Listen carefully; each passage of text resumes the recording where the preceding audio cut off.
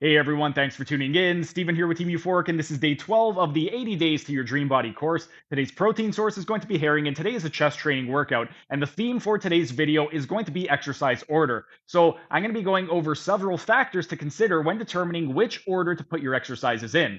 Let's get started.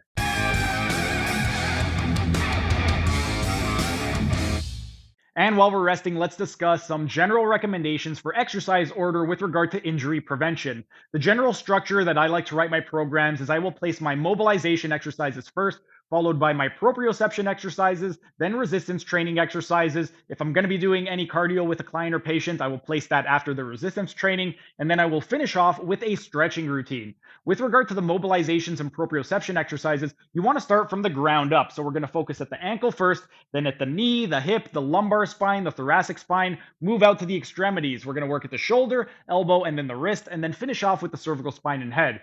With the resistance training exercises, we want to start with our explosive lifts first, things like your snatches and your cleans. Then we would place the compound exercises next, and then we would finish off the workout with the isolation work.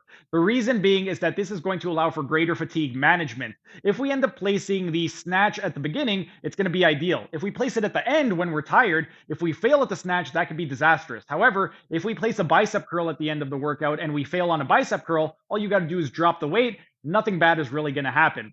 With regard to the stretching, a few things worth noting is we want to start from proximal to distal. So if we're going to be stretching, we would want to start at the pecs, then work our way to the anterior deltoid, then the biceps brachii, then we can move on to the forearms. And we also want to go from deep to superficial. By starting from proximal to distal, this is going to allow for greater activation and stabilization in the larger muscle groups, and it's going to help with things like coordination, alignment, and joint stability. And by going deep to superficial, this is going to allow for much greater effectiveness with regard to lengthening the deep fascia. And also, this is going to help to improve flexibility, enhance circulation, and it's going to allow for better movements. So when we're with regard to stretching, remember, you want to start proximal to distal. So start from the midline, work your way out, and you want to start deep to superficial. But our rest period is up. Time for set number 2. And while we're resting, let's discuss how fatigue management will affect your exercise order. With regard to fatigue management, you want to place the most energy intensive exercises first at the beginning of the program, because when fatigue sets in, your form is going to break down, and this is going to lead to a greater risk of injury.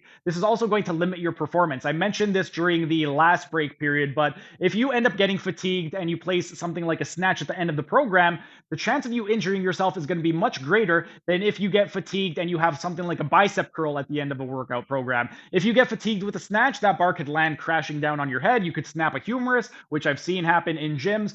But if you end up getting fatigued with a bicep curl, all you really got to do is just let go of the weight, and the chance of you injuring yourself is not nearly as high as if you were to fatigue on something like a snatch. So that is why you want to place your explosive lifts early on in the program, things like your snatches and your cleans. Then you would place your compound lifts, and then the isolation exercise, that would all come toward the end of the program. You would also want to do things like incorporate technique days into your training. With regard to technique days, let's say you're training 4 days a week. What you could do is incorporate 2 high intensity days where you're lifting really, really heavy, and then you could have 2 technique or speed days where you're focusing more on form and speed and less on lifting heavy, heavy weight. You could also invest in something like a technique bar. Technique bars are absolutely terrific. They weigh significantly less than your standard Olympic bars, and you could also purchase technique plates. With technique plates, you could place 5 to 10 pounds on each side, and then you could be practicing things like your Olympic lifts or your deadlifts with as little as 30 pounds instead of something like 135 pounds, and you're still going to the same depth. With regard to technique days and also focusing on things like strength, one method is the conjugate method that was developed by Louis Simmons, who was one of my teachers, and he was terrific for this. One of the things that he did on the max effort days, you would focus on something like a max effort squat, and on those days you would focus on very, very heavy lifts, anywhere from 1 to 3 repetitions. So you had your max effort squat and deadlift and bench. Then on your dynamic effort days, those were your technique and speed days.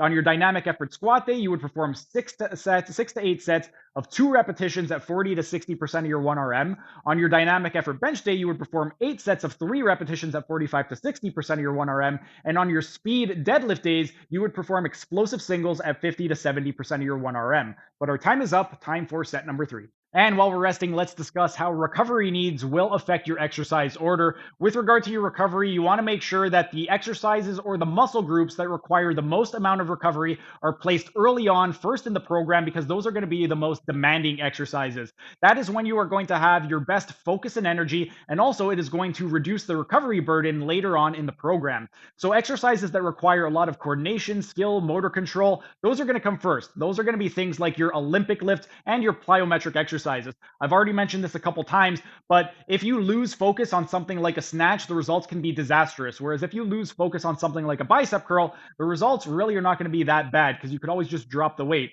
And even if you were to injure yourself on something like a bicep curl, the results are not going to be nearly as bad as if you were to injure yourself on something like a snatch. So the exercises that require the most coordination, skill, and motor control, definitely place those at the front end of the program. The other thing with regard to exercise recovery needs is you want to place the accessory exercises and your rehab exercises last at the program. So things like your rotator cuff work or things like your grip training, that's all going to be at the end of the program. So an example of how this would look in a real setting, let's say you wanted to focus on something like a full body routine. You would put things like your snatches first, then after your snatch, you could do something like an overhead press, and then after your overhead press, you could do something like a seated row. A snatch, it's an explosive movement and it's very, very unstable because you are only on two legs. The weight is overhead, so your center of gravity is very high. Same thing with an overhead press. Your center of gravity is really high, but it doesn't have that same level of explosiveness. So because you don't have that same level of explosiveness, it's not quite neurologically demanding as something like the snatch. And then the seated rows, because you're in a seated position, you're very, very stable. So it's not going to require as much recovery. Then another example would be, let's say you wanted to do something like a squat first, then a bent over row, then a bench. When you are doing a squat, you're on two legs, your center of gravity is high, very neurologically advanced. A bent over row, you're still on two legs, but your center of gravity is lower, so it's not quite as advanced. And then when you are performing something like a bench press, you have 2 points of contact with your feet, plus your entire spine is supported on the bench. So there are a lot of points of contact, and you're very, very stable and secure, and you're not going to require as much recovery. But our rest period is up. Time for set number 4. And while we're resting, let's discuss how exercise specificity is going to affect your exercise order. With regard to exercise specificity, this is going to be really important for any trainers that are coaching athletes. You want to prioritize the sport-specific movements first before moving on to the functional exercises. That way, your athletes will spend most of their energy on the exercises that are going to directly transfer to their goals. With regard to their goals, if you are training any athletes, there are 8 biomotor abilities that are required for athletic performance. Those are things like speed, strength, power, endurance, flexibility, agility, coordination, and balance. So let's say you have an athlete and their main goal is to increase their speed. At the front of their program, you can incorporate things like either sprints or some type of plyometric work. However, let's say somebody's goal is to increase their strength. For strength athletes, incorporating high intensity compound lifts at the front end of the program is what you would want to do first. And then the more moderate or low intensity exercises, those would come toward the end of the program. What if you have an athlete where their main focus is to increase their power output? Well, if their main objective is power output, then you would want to do the Olympic lifts first, if those are exercises that you're going to be incorporating. Then you could progress to things like your plyometric exercises, something like plyo jumps. Then you could start getting into your compound lift and your isolation work. If your goal is something like endurance, then you would want to put something like a long distance run at the front end of the program, or you could incorporate something like a tempo run. And also, let's say somebody has the goal of flexibility. If somebody's goal is flexibility, you would want to do things like PNF stretching or myofascial stretching first, where they can get nice and loose and get their muscles nice and flexible. If their goal is something like agility, you can incorporate things like ladder drills, cone drills, quick feet drills. Do that at the front end of the program before you start getting into the more resistance training based workouts.